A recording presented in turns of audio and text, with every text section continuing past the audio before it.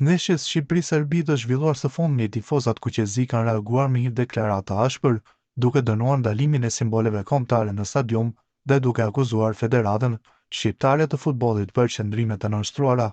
Ata kanë akuzuar Federatën Shqiptare të Futbollit për trajtim të padrejtë dhe për ulësjen e tifozëve shqiptar, duke ndaluar simbolet kombëtare dhe duke favorizuar interesat serbe.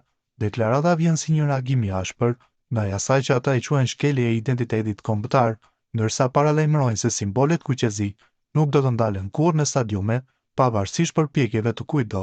Shkoi edhe kjo ndeshje, miqësoria më e shikuar në histori siç u mburën miqtë e shkijeve në FSHV. U kënaqën të gjithë, serbët, agjenci turistike që grabitën biletat, VIP-at që fituan në shortin tuaj magjik, e mbi të gjitha arka juaj, që u mbush sikur më parë, 800.000 kërkesa për bileta thanë. Në fund stadiumi kishte mbi 2.000 karrige bosh. Tifozët shqiptar u nështruar kontrolleve që si gjen as në aeroportet më të rrepta të botës, e jo më në sport. Në asnjë stadium, në asnjë sport, në asnjë vend të botës, nuk ndalohen simbolet e kombit tënd. Kjo ndodh vetëm në stadiumet tona, aty ku edhe ishin miqtë e shkijeve, por me rëndësi është të kënaqen shkijet për historinë e krenarin ton kush lodhet. Dia u konfiskua bluza e shalla e mbi shkrimet nga më të ndryshmet, osa mirë me qenë shqiptar, Prishtina, Kosova, Shkëndija e të tjerë. Simboli UÇK-s, as që diskutohet, për pak flamuj të futur brenda, pa skena qesharake e përçmuese, një 20 polic u vërstullën të zhveshje një djalë që mbante një gjoks, shqiponjën 2 krenare dhe stemën e UÇK-s.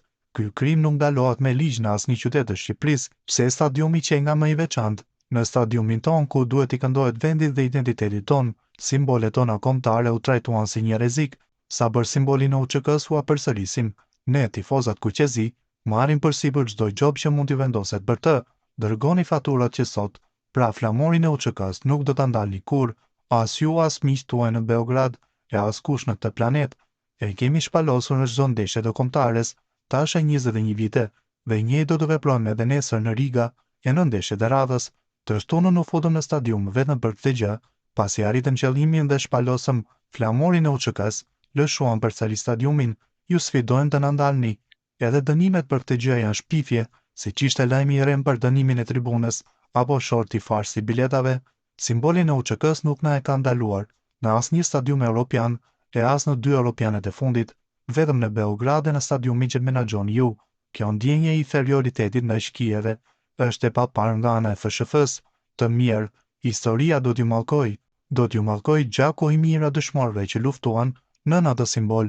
Do t'ju mallkojë edhe gjaku i mirë a fëmijëve të masakruar që sulën të rriteshin kurrë, vetëm se ishin shqiptar. I gjithë ky spektakël u bë që të shesin në njëon idenë se jemi miq, në armikun më të madh historik të kombit shqiptar. Hasmi mik nuk bëhet kurrë. Miqsinë e shkijeve do ta shohim përsëri në tetor. Për ju kjo është punë, për ne është pasion. Ju paguani në fund të muajit, ne jetojmë për ndeshjen e radhës dhe do të jemi aty edhe të martën në Riga, jo me biletat që na ndaluat, as me 30 bileta që ua keni ndar stafit tuaj për të mburur, se kaq tifoz kishim, por me zemrën e pasionin që nuk e blini dot, siç kemi qenë 21 vjet, nga Reykjaviku në Tbilisi, do të jemi prapë në çdo cep të botës, aty ku luan Shqipëria. Ju në ato zyra jeni të përkohshëm, Shqipëria është e përjetshme. Sa për shkijet, i kemi mundur e do t'i mundin gjithmonë. Tifozat kuqezi, osa mirë me qenë shqiptar. E